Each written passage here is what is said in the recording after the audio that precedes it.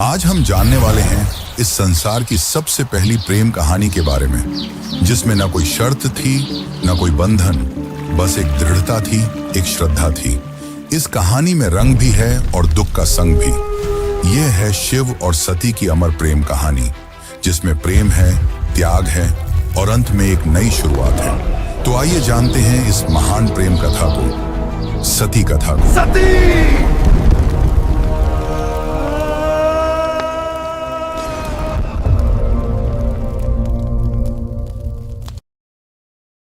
सृष्टि के आरंभिक काल की बात है, जब ब्रह्मा ने अपने मानस पुत्रों को रचा।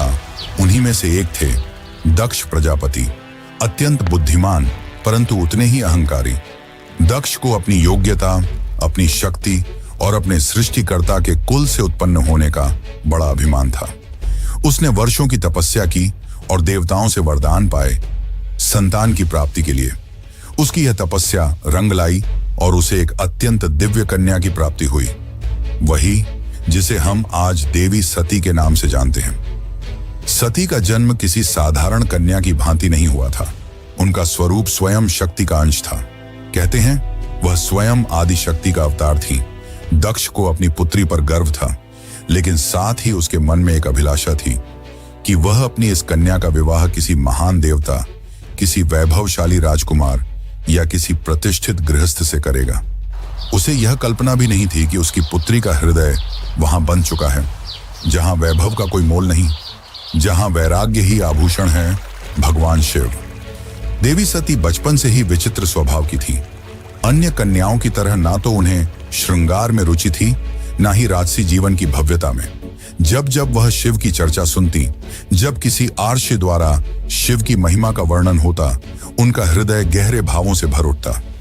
शिव जो श्मशानवासी हैं, जो मृग चर्म धारण करते हैं, जो भस्म रमाते हैं और सर्पों को आभूषण की तरह पहनते हैं। आम कन्याओं के लिए यह भय का कारण होता, पर सती के लिए यही शिव उनके अंतर्मन में बस चुके थे। धीरे धीरे यह आकर्षण भक्ति में बदला और भक्ति प्रेम में।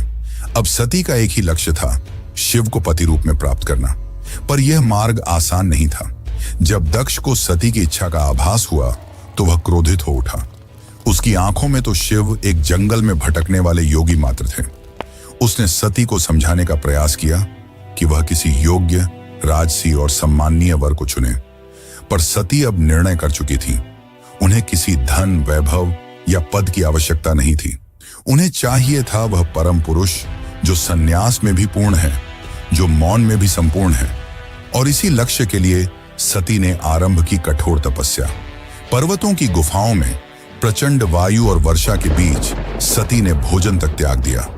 उन्होंने पृथ्वी पर बैठकर खुले आकाश में बिना निद्रा के केवल शिव के ध्यान में लीन रहकर दिन, सप्ताह और महीनों का तप किया। देवताओं तक को आश्चर्य हुआ कि एक कन्या इतनी कठोर तपस्या कैसे कर सकती है। और जब उनकी तपस्या की अग्नि ने त्रिलोक को प्रभावित करना शुरू किया, तब अंततः भगवान शिव ने उनकी भक्ति को स्वीकार करने का निर्णय लिया। पर यह तो आगे की कथा है। अभी तो एक पिता के अहंकार और एक पुत्री के समर्पण की टकराहट शुरू हुई है। जहां एक ओर दक्ष चाहता है कि सती उसके राजनैतिक सपनों की सीढ़ी बने, वहीं दूसरी ओर सती हर सांस के साथ शिव का नाम जपती है। यही संघर्ष इस प्रेम कथा की पहली चिंगारी है, एक ऐसी चिंगारी जो आगे चलकर एक भीषण अग्निकांड बन जाएगी। सती अपनी तपस्या में लीन थी। उनका एकमात्र उद्देश्य था शिव की प्राप्ति। अनंतः उनकी भक्ति से प्रसन्न होकर शिव प्रकट हुए। शिव मुस्कुराए और एक क्षण में वह उस तपस्विनी के समक्ष प्रकट हो गए। जैसे ही सती ने अपनी आंखें खोली, उनके सम्मुख खड़े थे वही जिनके लिए उन्होंने सब कुछ त्याग दिया था। शिव ने उनके तप, प्रेम और अटल श्रद्धा को देखा और कहा, हे देवी, तुम्हारा प्रेम मुझे बाध्य करता है। आज मैं तुम्हें अर्धांगिनी के रूप में स्वीकार करता हूं। इस वचन के साथ पूरे ब्रह्मांड में आनंद की लहर दौड़ गई।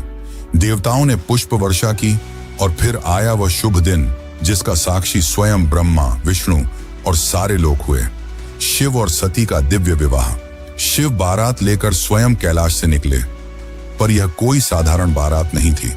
इसमें भूत, प्रेत, पिशाच, नाग, सिद्ध, योगी, अर्षि, देवता सब सम्मिलित थे। शिव की सवारी नंदी थी, शरीर पर भस्म, जटा से गंगा, गले में नाग। यह स्वरूप देख सभी स्त्रियां भयभीत हो उठी, पर सती के चेहरे पर गर्व था। उन्हें अपने शिव पर गर्व था। वैभव नहीं, सत्य का स्वरूप थे वह। विवाह का आयोजन राजसी नहीं था, पर दिव्यता से भरा हुआ था। स्वयं ब्रह्मा ने मंत्रोच्चारण किया, विष्णु ने कन्यादान किया और समस्त लोगों ने इस मिलन का स्वागत किया। यह केवल दो आत्माओं का नहीं, सृष्टि के दो मूल तत्वों शिव और शक्ति का मिलन था। लेकिन इस भव्य विवाह में एक स्थान रिक्त रहा। सती के पिता दक्ष प्रजापति, वह नहीं आए, ना ही कोई संदेश भेजा, ना ही कोई आशीर्वाद, क्योंकि उनके लिए यह विवाह एक अपमान था, एक चुनौती उनके अभिमान को। उनके अनुसार यह मिलन योग्य नहीं था। और यहीं से प्रारंभ हुआ उस अग्निकथा का बीज, जो आगे चलकर पूरे यज्ञ को जला देगा। समय धीरे धीरे बीतता है। कैलाश पर्वत पर प्रकृति की गोद में शिव और सती अपना वैवाहिक जीवन शांतिपूर्वक और आनंद से व्यतीत कर रहे हैं। कैलाश की गुफाएं, मंदाकिनी की कलकल धारा और बर्फीली हवाएं सब साक्षी थीं उस दिव्य प्रेम की, जो समय और शब्दों से परे था। लेकिन इसी बीच एक और स्थान पर कुछ और ही चल रहा था, राजा दक्ष के मन में। सती के शिव से विवाह को वह अभी तक स्वीकार नहीं कर पाया था। हर बार जब कोई शिव की महिमा का गुणगान करता, दक्ष की भौहें तन जाती। उसे लगता कि शिव ने उसकी पुत्री को अपनी योग्यता से नहीं, किसी छल से प्राप्त किया है। वह अपनी सत्ता, अपना रुतबा, अपनी श्रेष्ठता सिद्ध करना चाहता था, और उसी घमंड ने उसे एक विशाल यज्ञ के आयोजन की प्रेरणा दी। दक्ष ने यज्ञ का आयोजन बड़ी धूमधाम से किया। ऐसा यज्ञ जिसमें समस्त देवताओं, ऋषियों, सिद्धों और लोकपालों को निमंत्रण भेजा गया। ब्रह्मा से लेकर इंद्र तक हर कोई आमंत्रित था, परंतु एक नाम उसमें अनुपस्थित था, महादेव शिव का। यह कोई भूल नहीं थी, यह था दक्ष का जानबूझकर किया गया निर्णय। उसने शिव को निमंत्रण नहीं भेजा, क्योंकि उसका अहंकार उसे यह स्वीकार नहीं करने देता था कि उसकी पुत्री ने उस योगी से विवाह कर लिया, जो ना कोई राज्य रखता है, ना कोई वस्त्र, और जो श्मशान का वासी है। दक्ष को लगता था कि शिव को यज्ञ में आमंत्रित करना उसके सम्मान के विरुद्ध होगा। जब यज्ञ की तैयारियां चल रही थीं, उसी समय सती ने इस आयोजन की बात सुनी। किसी ने उनसे कहा, माता, आपके पिता दक्ष ने एक महान यज्ञ का आयोजन किया है, जिसमें सारे देव, ऋषि और ज्ञानी आमंत्रित हैं। वह तो आज पूरे ब्रह्मांड का ध्यान खींच रहा है। यह सुनकर सती का हृदय कांप उठा। उन्हें विश्वास नहीं हुआ कि उनके पिता इतना बड़ा आयोजन कर रहे हैं और उन्हें कोई सूचना नहीं मिली। कुछ समय तक वे चुप रहीं, शायद आशा में कि कोई दूत आएगा, कोई संदेश मिलेगा। लेकिन जब स्पष्ट हो गया कि शिव और उन्हें जानबूझकर न बुलाया गया है, तब उनके भीतर कुछ टूट सा गया। एक ओर पुत्री का धर्म उन्हें पिता के यज्ञ में खींच रहा था, तो दूसरी ओर पत्नी का धर्म उन्हें शिव की मर्यादा का ध्यान रखने को कह रहा था। अंततः सती ने शिव से निवेदन किया, स्वामी, मैं उस यज्ञ में जाना चाहती हूं। शायद यह कोई भूल हो और मेरा जाना उस विघटन को रोक सके। शिव ने सती की ओर गहरी दृष्टि से देखा। वह जानते थे कि यह आमंत्रण विहीन आयोजन एक साधारण यज्ञ नहीं है। उन्होंने शांत स्वर में सती से कहा, हे प्रिय, जहां सम्मान न हो वहां स्वाभिमान को ले जाना व्यर्थ है, और मैं नहीं चाहता कि तुम उस यज्ञ में जाओ जो केवल क्रोध और घमंड से जल रही है। परंतु सती व्याकुल थी। उनके भीतर एक द्वंद्व चल रहा था, पिता और पति के बीच। उन्होंने पुनः प्रार्थना की, प्रभु, मैं केवल एक पुत्री के रूप में वहां जाना चाहती हूं। मैं पिता से बात करूंगी, शायद वह बदल जाए, शायद उनके मन का विष उतर जाए। शिव ने इस बार उन्होंने अनुमति दे दी। सती ने कैलाश से विदा ली, अकेले, बिना किसी दूत या सम्मान के। वह एक बेटी थी जो अपने पिता से स्नेह की अपेक्षा लेकर जा रही थी, लेकिन उन्हें झांत नहीं था कि उस यज्ञ में उनका स्वागत नहीं, अपमान प्रतीक्षा कर रहा है। सती जब यज्ञ स्थल पर पहुंची तो उनके मन में उम्मीद थी कि पिता के नेत्रों में बेटी को देखकर कोमलता जगेगी, उनके मुख से स्वागत के शब्द निकलेंगे। लेकिन जब उन्होंने यज्ञ स्थल में प्रवेश किया तो सन्नाटा पसर गया। कोई स्वागत नहीं हुआ, कोई आसन नहीं दिया गया, जैसे वो वहां उपस्थित ही न हो। वहां बैठे देवताओं की आंखों में असहायता थी। सती ने पिता की ओर देखा, धीमे स्वर में कहा, पिताश्री, क्या आप नहीं चाहेंगे कि आपकी पुत्री भी इस पावन यज्ञ में सम्मिलित हो? दक्ष ने ठंडी हंसी के साथ उत्तर दिया, पुत्री, जिस दिन तूने उस नग्न भस्म रमाए श्मशान में विचरने वाले औघड़ को अपना पति चुना, उसी दिन तू मेरी पुत्री नहीं रही। दक्ष का स्वर ऊंचा हो रहा था और उसके शब्द जैसे शिव के लिए विष से भरे बाण हो। यह सुनकर सती की आत्मा कांप उठी थी। यह केवल अपमान नहीं था, यह शिव के उस स्वरूप का तिरस्कार था जो समस्त सृष्टि का आधार है। वे उठी, सभा की ओर देखा और बोली, तुम सब यहां धर्म की बात करने आए हो, यज्ञ की बात करते हो, पर जिस शिव के बिना कोई यज्ञ संपन्न ही नहीं हो सकता, उसी शिव का तुम अपमान करते हो। फिर उन्होंने आगे कहा, जिसे तुम औघड़ कहते हो वही काल का भी काल है। जिसे तुम श्मशानवासी कहकर हंसते हो वही मृत्यु से परे है, और जिसे तुम भस्मधारी कहते हो वही भस्म से मोह को जलाता है। उनकी आंखों में आंसू थे, लेकिन स्वर तेज था, ऐसा तेज कि स्वयं देवता भी सिर झुका लें। सभा स्तब्ध थी, कोई उत्तर नहीं दे सका, लेकिन सती का हृदय अब टूट चुका था। उन्होंने कहा, जिस शरीर ने आज मेरे प्रभु का अपमान सुना है, वह शरीर अब इस संसार के योग्य नहीं, और वे सीधे यज्ञ कुंड की ओर बढ़ी। वहां उपस्थित देवता उन्हें रोकना चाहते थे, पर सती अब कोई नारी नहीं थी, वह साक्षात अग्नि बन चुकी थी। उन्होंने अपने नेत्र बंद किए, शिव का स्मरण किया और अग्नि में कूद गईं। उनके चेहरे पर भय नहीं था, बल्कि एक शांति थी, एक समर्पण था जो पूरे यज्ञ मंडप को झकझोर गई। अब इस यज्ञ की अग्नि से वो तूफान उठने वाला था जो पूरे को तबाह कर सकता था। तो चलिए अब जानते हैं आगे की कथा।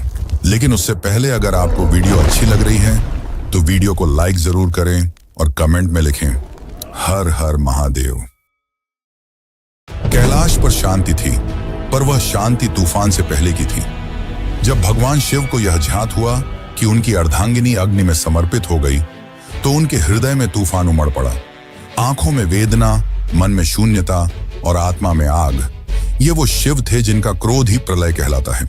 शिव अपनी समाधि से उठे, उनकी जटाएं लहराईं, नेत्र रक्तिम हो उठे और सारा ब्रह्मांड कांप उठा।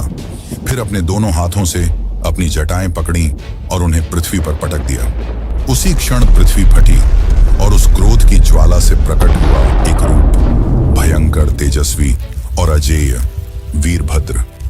वीरभद्र कोई सामान्य योद्धा नहीं था, वह शिव के विकराल रूप का अंश था। उसका शरीर अग्नि सा दीप्यमान था, आंखों में प्रतिशोध की ज्वाला, हाथ में तलवार। उसका प्रकट होना सृष्टि के संतुलन को डगमगाने लगा था।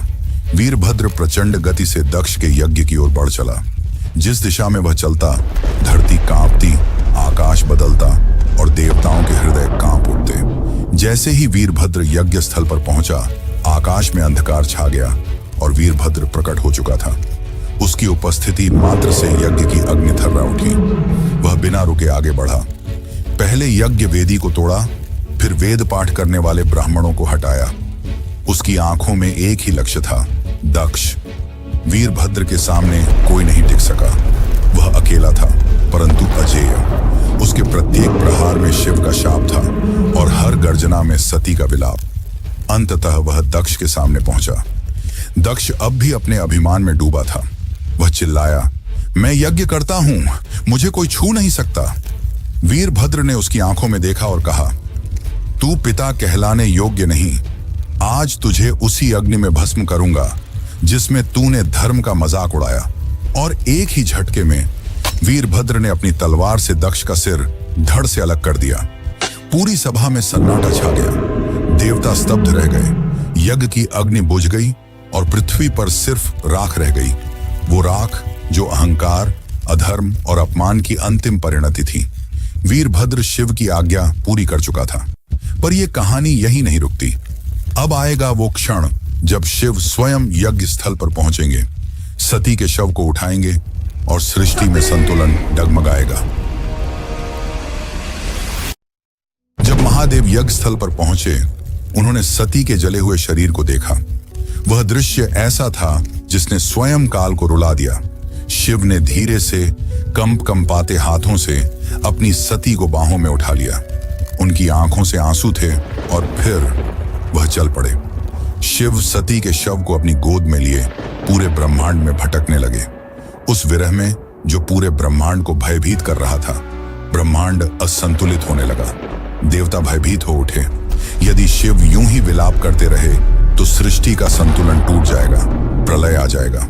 तब सभी देवता भगवान विष्णु के पास पहुंचे और उनसे सृष्टि को बचाने की प्रार्थना की। तब विष्णु ने अपना सुदर्शन चक्र चलाया। जैसे ही सुदर्शन चक्र चला, उसने सती के शरीर को टुकड़ों में विभाजित कर दिया। शिव कुछ क्षणों के लिए रुके पर प्रतिरोध नहीं किया। यह सृष्टि के लिए आवश्यक था। जहां जहां सती के अंग गिरे वहां दिव्य ऊर्जा फैल गई। पृथ्वी के वे स्थान शक्ति से भर उठे और वहीं बने शक्तिपीठ। ये कोई सामान्य स्थल नहीं थे, ये उस अमर प्रेम की गवाही थे जो शिव और सती के बीच था। ये थे वे स्थान जहां स्त्री, शक्ति, प्रेम, बलिदान और भक्ति सब कुछ एक साथ साकार हुए। कुछ स्थानों पर सती की आंखें गिरीं, कहीं उनका हृदय, कहीं उनके केश, तो कहीं उनके चरण, और हर स्थान एक केंद्र बन गया मां शक्ति का, जो हर रूप में पूजनीय हुई। कभी दुर्गा, कभी भैरवी, कभी भवानी। यही वे स्थान हैं जिन्हें आज हम कामाख्या, वैष्णो, ज्वाला, हिंगलाज और तारापीठ जैसे नामों से जानते हैं। इस प्रकार सती के वियोग से जन्मे ये शक्तिपीठ न केवल देवी के अंग हैं, ये उस प्रेम की शाश्वत उपस्थिति है जो आत्मा से आत्मा तक जुड़ता है। शिव अंततः हिमालय लौटे, पर अब वह ध्यान मग्न हो गए। वर्षों तक एक चट्टान की भांति बैठ गए, समाधि में डूबे। ना शब्द, ना गति, ना भावना, बस मौन और सती की स्मृति।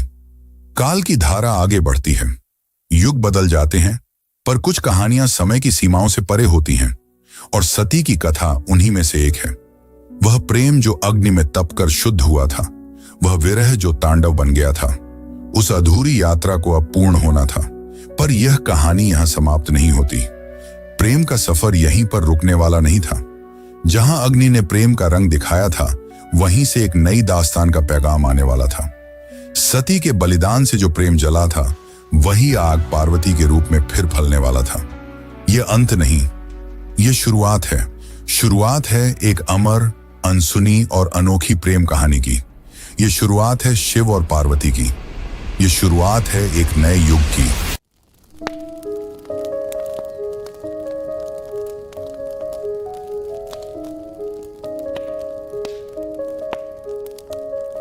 दारुण करुण सत्य सारिका अपरिजय शिवरायिका अबला जडपथिर पालिका हरदासिका सदारिका बलनि कुशैकराग्रा नक्तिन रत्ना भवसारिका किलकर्तास्मान स वैष्णव जल्पतो किनो प्रमुञ्च प्रतिधृतनयना मृदता बलनि किमु बिभ्रता किना प्रशम्य विषकञ्जकं नरमतः सदा सेनादिशति वेदसमर्यां धरे दूरनुभवा पवनिर्वणसुता विनिगीयमाण सर्गा सर्वयस्तोमिनी मता किञ्चयोदास्यमभ्या किन्ना हार्दकुक्तिजातयानं हन्ति